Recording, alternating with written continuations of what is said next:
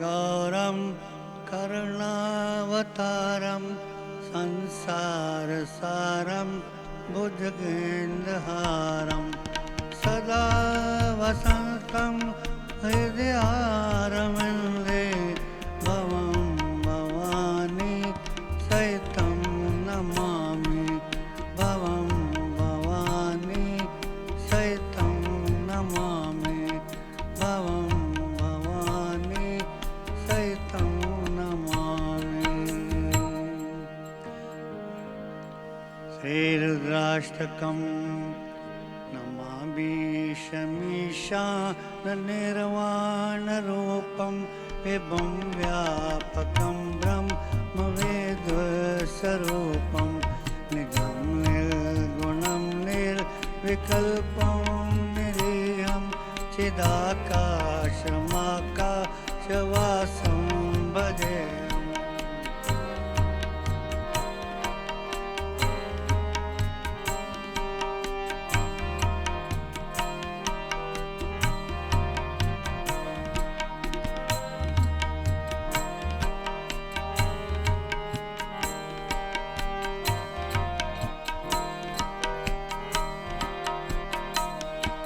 निराकारमोङ्कार मूलं तुरीयं गिराज्ञानगोते तमीशं गिरीशं करालं महाकालकालं कृपालं गुणागार संसार पारं नतोऽहं नमामि शमीशा निर्वाणरूपं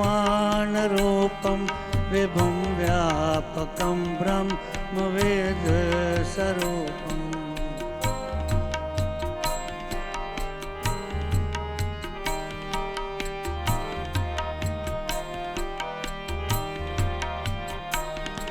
तुषारादिसङ्काशगौरं गम्भीरं मनोभूतकोटिप्रभाशेषरीरं सुरन्मौलिकल्लोलनीचारुगङ्गा लसद्बालबाले दुकण्ठे भुजङ्गा नमामि शमीशा निर्वाणरूपं विभुं व्यापकं ब्रह्मवेदस्वरूपम्।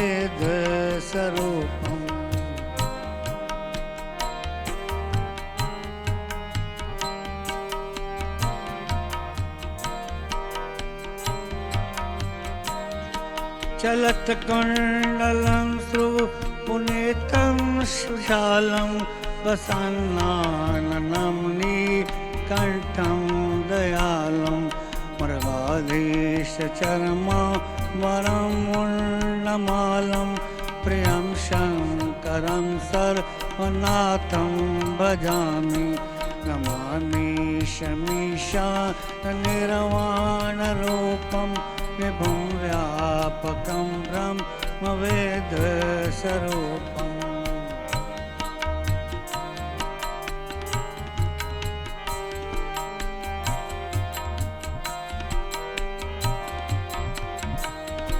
प्रचण्डं प्रकृष्टं प्रगल्भं परेशम् अखण्डम् अजं भानुकोटिप्रकाशं त्रयशूलनिर्मूलनं शूलपाणिं भजेऽहं भवानी पतिं भावमम्यं नमामि शमीशा निर्वाणरूपं विभुं व्यापकं ब्रह्मवेदस्वरूपम्।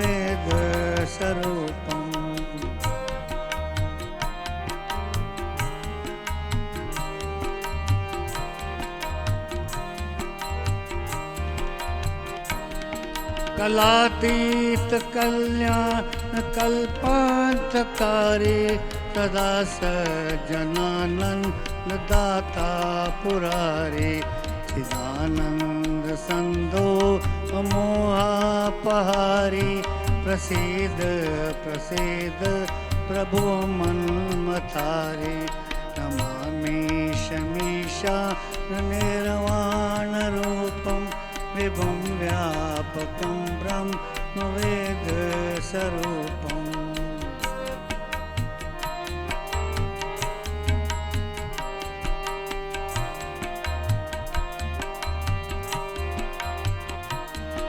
न यावद्मानात्पादारविन्दं भजन्ते लोके परिवानराणां न तावत् सुखं शान्तिसन्तापनाशं प्रसीद प्रभो सर्वभूतादिवासं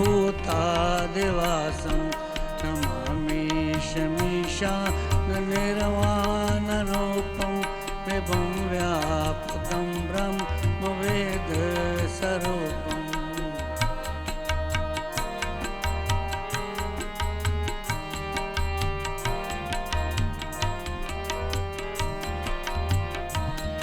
न जानामि योगं जपं नैव पूजां नतोऽहं सदा सर्वदा शम्भुतुभ्यं जराजन्म दुःखो गतातप्रमाणं